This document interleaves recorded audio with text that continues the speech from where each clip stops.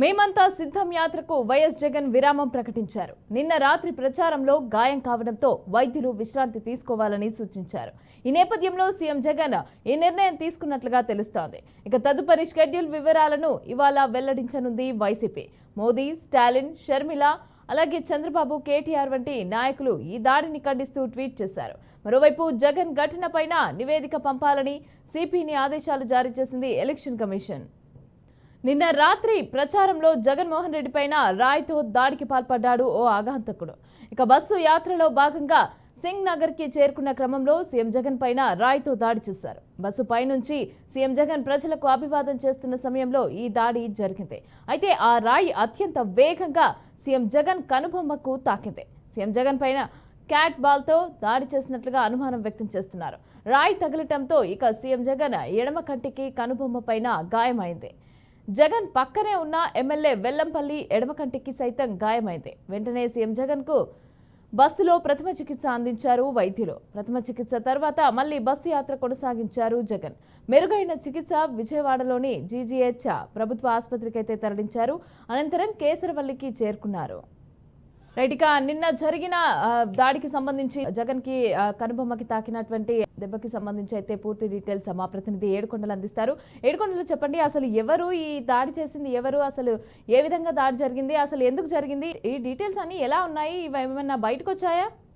మమతా, నిన్న రాత్రి ఏదైతే విజయవాడ సింగనగర్లోని డాబాకోట్ల సెంటర్ దగ్గర ఉన్నటువంటి గంగానమ్మ గుడి వద్ద ఒక్కసారిగా విద్యుత్ పోవడం, తర్వాత ఏదైతే మనం ఇప్పుడు ఉన్నామో ఈ స్కూల్ దగ్గరలోంచి యొక్క రాళ్ళు వచ్చి పడ్డాయి. అయితే దీంతో జగన్మోహన్ రెడ్డి కంటి ఎడమ కంటి పైన గాయమైంది. అయితే గాయమైన తర్వాత ఆయన తక్షణమే ఆయన వ్యక్తిగత సిబ్బంది ఎవరైతే ఉన్నారో అంతా కూడా ఆయన డాక్టర్ వెంటనే బస్సులో వారికి ప్రథమ చికిత్స అందించి అనంతరం మరలా బస్సు యాత్రను అయితే కొనసాగించారు. అయితే ప్రస్తుతానికి ఏదైతే మనం గంగానమ్మ గుడి సెంటర్లో మనం ఉన్నామో అయితే ఈ ప్రాంతం నుంచే రాళ్ళు వచ్చి పడ్డాయి. అయితే ఈ దాడికి గల కారణాలను పోలీసులు పూర్తి స్థాయిలో అన్వేషిస్తున్నారు. అయితే ముఖ్యంగా ఈ దాడి వ్యక్తిగతంగా జరిగినట్టుగా కూడా భావిస్తున్నారు.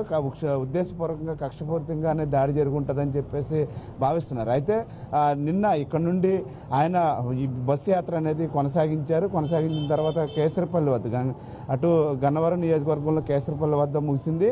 అయితే ప్రస్తుతానికి ఆయన యాత్ర ముగిసిన తర్వాత రాత్రి మళ్ళా ప్రభుత్వ ఆసుపత్రికి ఆయన్ని తీసుకెళ్లడం జరిగింది.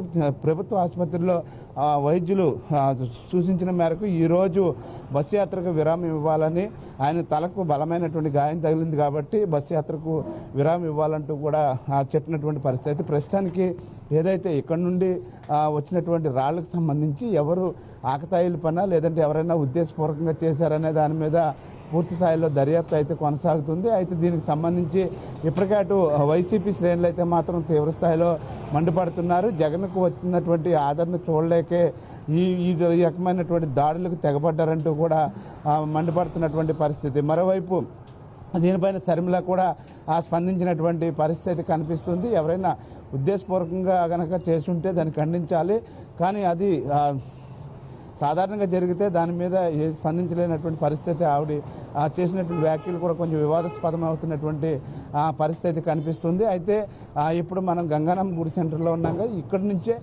ఇక్కడికి వచ్చేసరికి ఒక్కసారిగా కరెంటు పోయిన తర్వాత ఒకసారిగా రాళ్ళు రావడం. అయితే అటు జగన్ ఎడమ కంటికి ఏదైతే పైన గాయమైంది, అయితే ఆయనతో పాటు ఉన్నటువంటి సెంట్రల్ నియోజకవర్గ అభ్యర్థిగా ఉన్నటువంటి వెల్లంపల్లి శ్రీనివాస్కి కూడా గాయమైంది. హుటాహుటిన ఇక్కడ ఉన్నటువంటి డాక్టర్ తక్షణమే ఆయనకు ప్రథమ చికిత్స అందించారు. ప్రథమ చికిత్స అందిన తర్వాత మళ్ళీ ఇదైతే యాత్ర కొనసాగింది. కానీ ఈరోజు మాత్రం ఆయనకు ఏదైతే ఇంకా నొప్పిగా ఉన్న నేపథ్యంలో డాక్టర్ల సూచన మేరకు ప్రస్తుతానికైతే ఈ యొక్క యాత్రను అయితే ఆపేసినటువంటి పరిస్థితి, ఈరోజు విరామం ఇచ్చారు.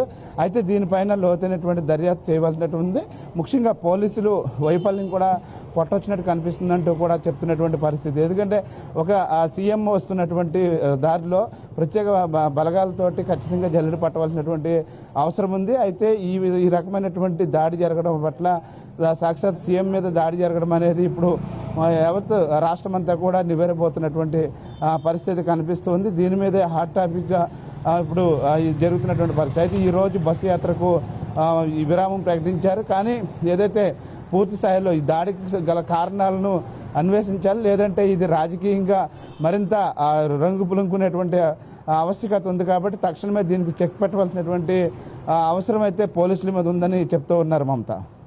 రైట్, అలాగే ఇప్పుడు ఈ దెబ్బ తగిలిన కారణంగా ఇప్పుడు ఏమైనా బ్రేక్ తీసుకునే అవకాశం ఉందంటారా? అంటే ఈ రోజు కాకుండా ఇంకా 2-3 రోజులు ఏమైనా ఎక్స్టెండ్ అయ్యే అవకాశం ఏమైనా ఉందంటారా యాత్రకు సంబంధించి? రాత్రి 11 గంటల తర్వాత ఆయన్ను విజయవాడ ప్రభుత్వ ఆసుపత్రికి తరలించారు. విజయవాడ ప్రభుత్వ ఆసుపత్రిలో చికిత్స అనంతరం డాక్టర్లు చూసిన మేరకు ఈరోజు విరామం ప్రకటించారు. అయితే ఈరోజు ఒక్కరోజు మాత్రమే విరామం ప్రకటించినట్లుగా కూడా చెప్పారు. అయితే మరింకా అంటే ఆయనకు ఉన్నటువంటి పరిస్థితి, ఎందుకంటే ఎడమ కంటిపై బాగా నొసల మీద తగిలింది కాబట్టి ఖచ్చితంగా పెయిన్ అనేది ఖచ్చితంగా ఉంటుంది. కాబట్టి అది ఈరోజు ఒక్కరోజు మాత్రమే ఈ యొక్క విరామం ప్రకటిస్తారా, లేదంటే ఇంకో 2 రోజులు ఉంటుందని చూడాలి. అయితే వాస్తవానికి ఈరోజు గుడివాడలో భారీ బహిరంగ సభ కూడా ఉంది. అయితే సభ కూడా ఈ రోజు వాయిదా పడిందని చెప్పుకోవచ్చు. అయితే రేపు మాత్రం బస్సు యాత్ర కొనసాగిస్తారని చెప్పేసి పార్టీ వర్గాలు అయితే చెప్తున్నటువంటి పరిస్థితి కనిపిస్తుంది. మొత్తం మీద ఈ దాడికి సంబంధించి ఎవరైతే ఇప్పుడు ఉద్దేశపూర్వకంగా చేశారో, ఏ విధంగా చేశారో, ఈ రాజకీయ కక్షలు కూడా పులుముకునేటువంటి పరిస్థితి ఉంది. కాబట్టి తక్షణమే దీనికి చెక్ పెట్టవలసినటువంటి అవసరం ఉంది. ఇప్పటికే కొన్ని ప్రాంతాల్లో ఏదైతే హిట్ లిస్ట్లో ఉన్నటువంటి ప్రాంతాలు, అలాగే రెడ్ జోన్లో ఉన్నటువంటి ప్రాంతాలు కూడా ఉన్నాయి. అయితే ఎవరు ఊహించినటువంటి హఠాత్ పరిణామంతో ఒక్కసారిగా వచ్చి పడినటువంటి రాళ్ల ఏవైతే ఉన్నాయో అవి ఇటు జగన్కు, అటు ఇక్కడ ఉండేటువంటి ఎల్లంపల్లి శ్రీనివాస్, ఇక్కడ అభ్యర్థి ఎవరైతే ఉన్నారో ఎల్లంపల్లి శ్రీనివాస్కి ఇద్దరికి కూడా గాయాలైనటువంటి నేపథ్యంలో పోలీసులు అయితే మాత్రం సీసీ ఫుటేజ్లను పరిశీలిస్తున్నారు. ఆ సమయంలో కరెంటు లేకపోవడం వల్ల కొంచెం ఇబ్బందికరమైనటువంటి పరిస్థితి కనిపిస్తుంది. అయితే ఆ సమయంలో ఇది స్కూల్ వైపు నుంచి రాళ్లు వచ్చాయని చెప్పేసి చెప్తున్నారు. ఆ సమయంలో అక్కడ ఎవరున్నారనే దాని మీద పోలీసులు అయితే పూర్తి స్థాయిలో దర్యాప్తు అయితే కొనసాగిస్తున్నారు మమత. రైట్, ఇందాక మీరు చెప్పినట్టు షర్మిల చేసిన వ్యాఖ్యలు ఒక వివాదాస్పదం అవుతున్నాయి, అంటే సాధారణంగా జరిగితే మాత్రం తీసుకోకూడదు అనేసి అని చెప్పి దానికి సంబంధించి అయితే ఆ విధంగా కూడా ప్రజలు కొంతమంది మాట్లాడుతున్న పరిస్థితులు కూడా మనం చూస్తున్నాం. అయితే ఏ విధంగా చూడొచ్చు, అంటే ఇది వాంటెడ్లీ జరిగింది అని అనుకోవచ్చా ఎన్నికల నేపథ్యంలో?